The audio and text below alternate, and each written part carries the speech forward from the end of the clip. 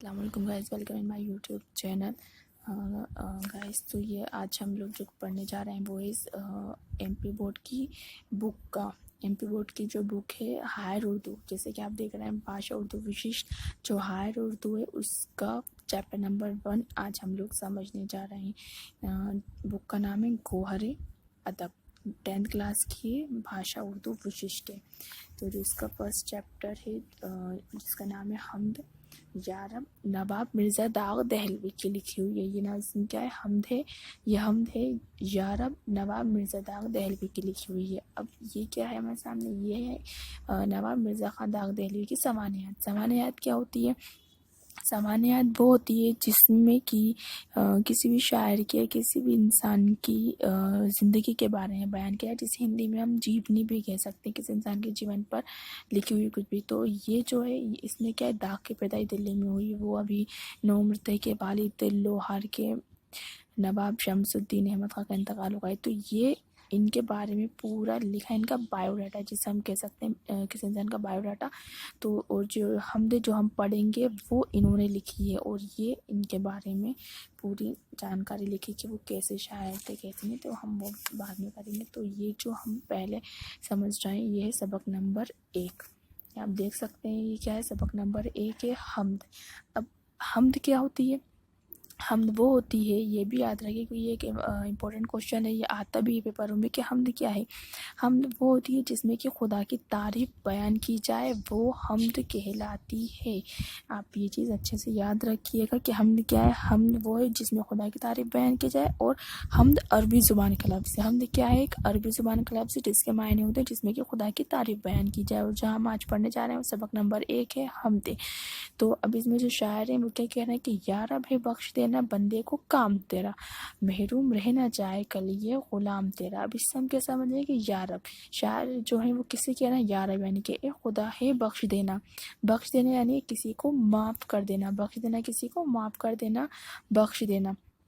تو شاعر کیا کہہ رہے ہیں خدا سے؟ یا رب ہے بخش دینا بندے کو کام تیرا، یعنی کہ بے شک بندے کون ہیں؟ گناہ گار ہیں. بندے کیا ہیں؟ گناہ کرتے ہیں، لیکن ان کو بخش دینا کیا ہے؟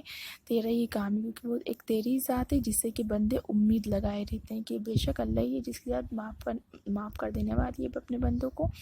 تو اس لیے اس میں شاعر یہ کہہ رہا ہے یا رب ہے بخش دینا بندے کو کام تیرا، یعنی کہ بے شک بندے جو ہیں وہ کیا ہیں؟ گناہ گار ہیں، لیکن ان کو بخش دینا ایک تیری ذات ہے جو اپنے بندوں کو بخش سکتی ہے. پھر سیکنڈ کیا ہے؟ محروم رہ نہ جائے کل یہ غلام تیرا.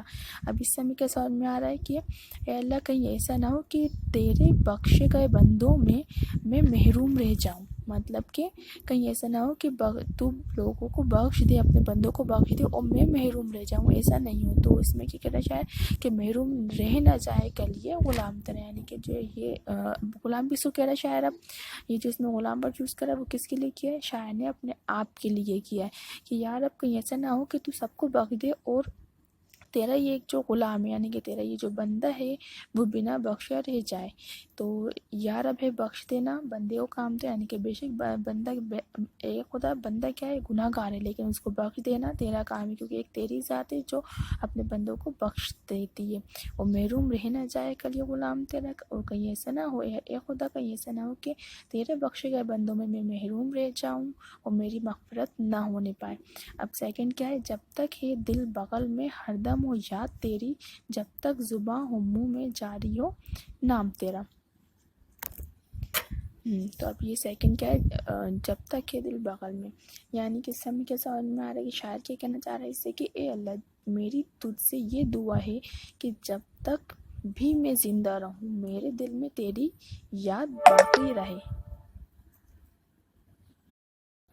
جب تک بھی میں زندہ ہوں، جب تک ہے دل بغل میں مطلب جب تک بھی میں زندہ ہوں میرے دل میں تیری ہی یاد باقی رہے. اس سے کیا مطلب ہے کہ ہمیشہ تیری عبادت میں مشغول رہوں اور میری زندگی کا ہر ایک لمحہ تیری یاد میں گزرے، اور کوئی سا بھی لمحہ ایسا نہ ہو جو تیری یاد کے بغیر گزرے.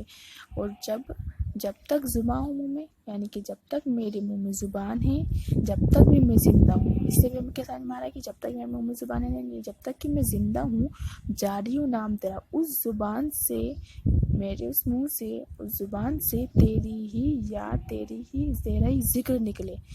جاری و نام تر یعنی کہ تیرا ہی ذکر نکلے، میری اس زبان سے تیرا ہی ذکر نکلے. ٹھیک ہے. آیا 6 سال میں جب تک یہ دل بغل میں ہر دم ہو یاد تیری. اسی کے ساتھ میں آ رہا ہے کہ جب تک بھی میں زندہ ہوں میرے دل میں تیری ہی یاد باقی ہے، اور جب تک بھی میں زندہ ہوں، جب تک زباں ہوں منہ میں، یعنی کہ جب تک بھی میں زندہ ہوں میری اس زبان سے تیرا ہی ذکر نکلے.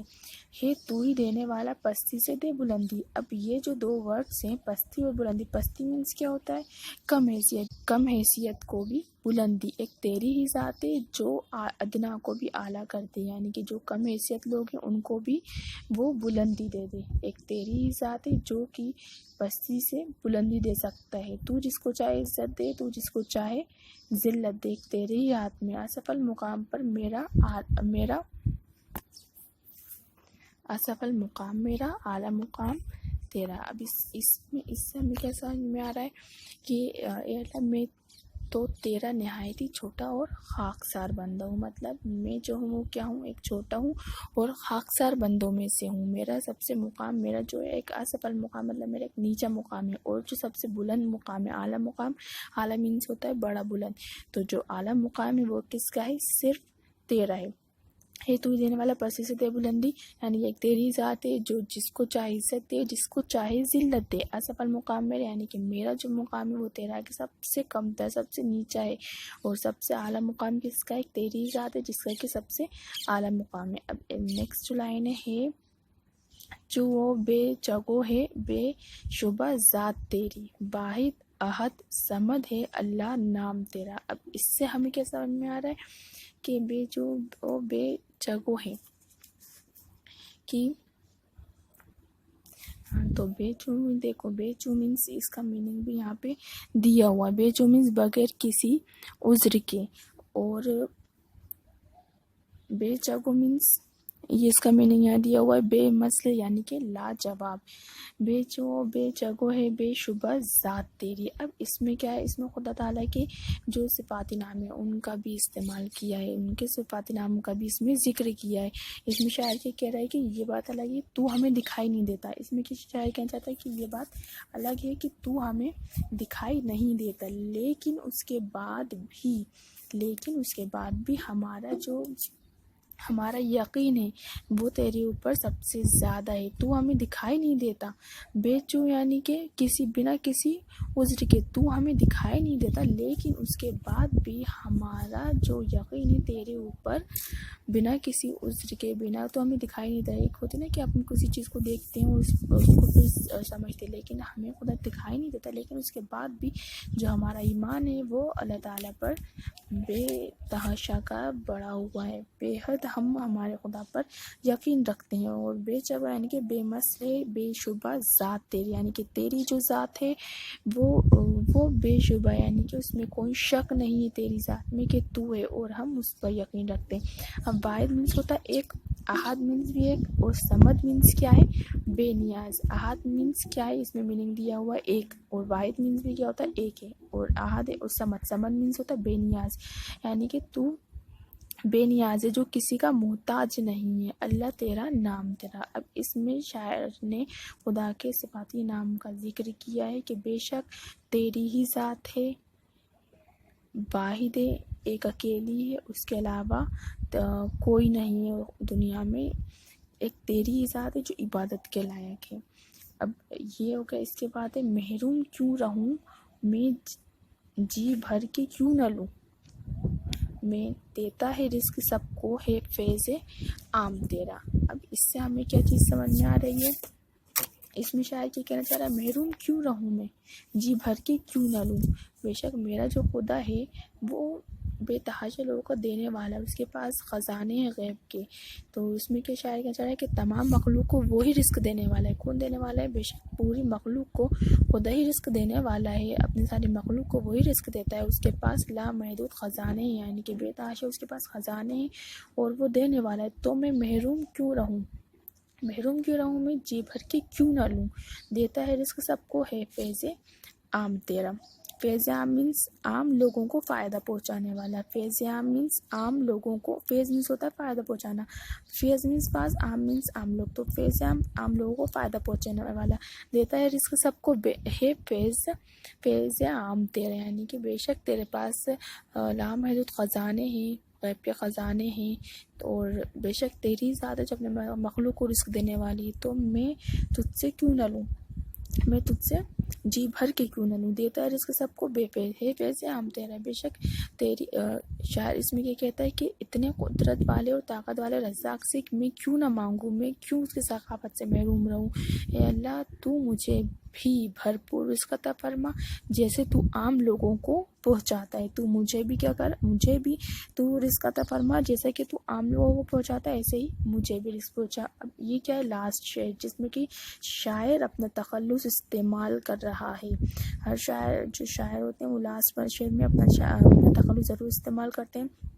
تو یہ داغ بھی نہ ہوگا, یہ داغ بھی نہ ہوگا تیرے سوا کسی کا, کونین میں ہے جو کچھ وہ ہے تمام تیرا. اب کونین مینس کیا ہے, اس کے اندر دونوں جہاں, کونین مینس دونوں جہاں. اب یہ داغ بھی نہ ہوا, یہ داغ مینس جو شاعر انہوں نے اپنا نام یہاں پہ استعمال کیا ہے, وہ کہہ رہے ہیں کہ اے اللہ تیرا کمتر اور ادنا بندہ جس کو لوگ داغ کے نام سے جانتے ہیں, یعنی کہ جو تیرا بندہ ہے داغ, جو تیرا ایک بندہ ہے جس کو کہ لوگ داغ کے نام سے جانتے ہیں,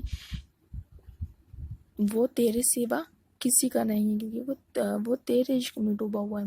وہ کیا کہنا ہے, شاعر یہ کہنا ہے کہ مجھے تجھ سے سچی محبت ہے کیونکہ تو ہی واحد لا شریک ہے, تیرے سوا کوئی ذات نہیں ہے, تو ہی ایک ہے جو ہر چیز سے پاک ہے. تو یہ داغ بھی نہ ہوگا تیرے سوا کسی کا. تو اس میں شاعر کہہ رہا ہے کہ میری ذات جس کو کہ لوگ داغ کے نام سے جانتے ہیں, وہ صرف تجھ سے محبت کرتا ہے, تیرے عشق میں ڈوبا ہوا ہے, وہ تجھ سے محبت کرتا ہے اور سچی محبت کرتا ہے, کیونکہ تیری ہی ذات ہے جو عبادت کے لائق ہے, اور تیرے علاوہ کسی کی ذات نہیں. اور کونین میں ہے جو کچھ بھی وہ ہے تمام تیرا, وہ اس دنیا میں, اس جہان میں, دونوں جہانوں میں جو کچھ بھی ہے وہ سب کس کا ہے, تیرا ہی ہے. تو یہ ہوگا ان پوری شعر کی تشریح ہے. تو انشاءاللہ میں نیکسٹ ویڈیو میں اس کی پوری تشریح اور جو کوشچن آنسرس اس کے ہمارے رہ گئے ہیں وہ انشاءاللہ ہم نیکسٹ ویڈیو میں کریں گے. امید کرتی ہوں آپ لوگ کو یہ بہت اچھا سمجھ میں آیا ہوگا. شکریہ گائس.